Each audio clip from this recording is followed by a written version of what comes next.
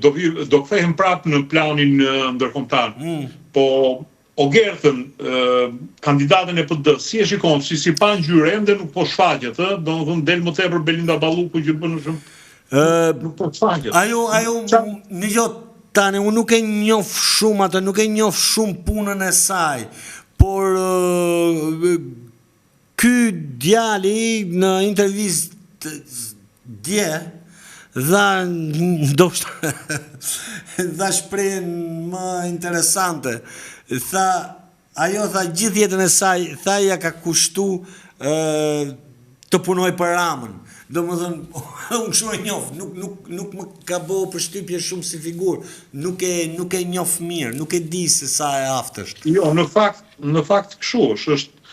Ajo hyn te njerëzit e besuar të Ramës, se ka pasur drejtoresh të qendrës spitalore universitare Tiranën Tereza, pastaj e kaloi ministrat ashtu. Por Rama duhet të kuptoj. Domethënë është një zgjatim i Ramës në sensin siç do Rama që t'i ketë njerëzit që domethënë mos pak a shumë, mos kenë një emër të tyre, të jenë një vazhdim i gjymtyrëve të Ramës. Tani kjo është gjë që pak a shumë duket, edhe unë po pranoj dhatës se tash nuk e njoh shumë personalisht personin fjalë. Po duket edhe në raste të tjera, në zgjedhjet e tjera të Ramës. Madje, domethënë vetmja tashti që po shfaq një lloj individualiteti është Balluku. Bravo, që besoj se e fusin burg mas një viti, apo? Se kështu, po kështu. Shqipe. Tani. Sinqerisht, nuk e di se qa ka me këtë drejt venit, po punove shumë, o do të prishin, o do të fuzin burg, o do të i gjo do të bëjnë, nuk e di se qa e ka nuk e di se qa e ka këtë vend. Të kam thënë mos puno shumë e mos paguj taksa se do esh rehat. Po. Po nuk ekzistove, nuk kanë ku të kapin vëlla. Eksaktësisht. Kështu që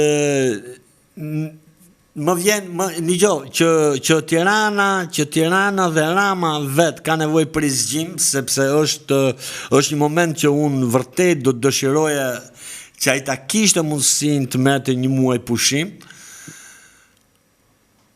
Një muaj? Një muaj të plot, po, 30 ditë të mira pushim. Okej. Absolut. Sepse e di që ky muaj do të sjellë diçka, do sjellë një reflektim, se shikoj gjëra që nuk më pëlqejnë, po më të marrojnë. Shiko, të thash, gjithsesi njerëzit thonë që analistët, ata që kanë një lloj bazë distance ose përpiqen të shikojnë realitetin, e thash edhe çfarë, mendojnë që edhe një rezultat më i dobët se ai që pati Erion Belia duhet të jetë një mesazh për Ramën. Kurse unë vërtet do dëshiroja të kishte të tërhiqte i të paktën një dy javësh ose një muaj pushim. E ka shumë të nevojshme, sepse pse e them këtë, nuk e them. Kjo s'ka lidhje me zgjedhjet, kjo ka lidhje me, si i thaj, Shokonderi tha, do të bëj një kritik të fortë, çka kritike, po të pishim cigare. Tani, bravo. Jo, me zgjedhjet ka lidhje, sepse çdo lloj zgjedhje po më duket i çik si e nxituar nga pak. Kam përshtypjen. Më kupto, pra ka dal në atë të hase e di unë, hase bëhet më mirë, po nuk funksionon kështu. E ka humbë, dëgjoj, nëse në fillim në 2012 ishte njeriu që kishte shpirtin ke shqiptari, ke krenaria kombëtare. E ka humbur dhuntimet të dëgjuarit të tjerëve. Bravo. Në 2012 është shumë i saktë, ai bënte tryeza me specialistë të ndryshëm, unë kam marrë pjesë në tryezën që bëri për politikën e jashtme, dhe kishte, ishte i aftë të dëgjonte njerëzit, të dëgjonte këshilla.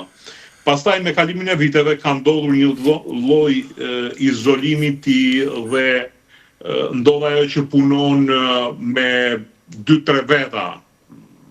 Por mirë po kjo nuk është gjë e mirë, pavarësisht se ti ke komoditetin që, nuk ke shumë debate, direktivat e Kjo ka qenë fatkeqësia më e madhe tani.